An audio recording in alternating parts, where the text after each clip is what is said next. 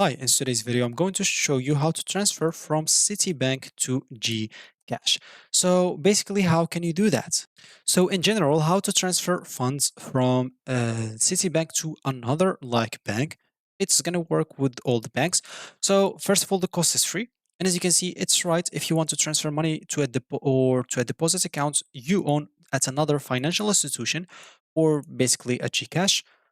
If you want, as example, to fund your Citibank account from your deposit account to another financial institution, and if your accounts, as example, are within the United States. So now, how to make that transfer? Basically, click on this link, and if you're already logged in into your account, they will take you to the page where you can make your transfer right away. Of course, if you're logged in your phone, if you want to log in here, you can click on the sign in with your or with the Citi mobile. You can scan this with your phone, and they will log you in the website as well. So once you do that, they will take you right away where you want, and then you can follow the steps on how to send money or to transfer money to Gcash or any other bank accounts. And of course, if you're on the app, you can click on the payments option.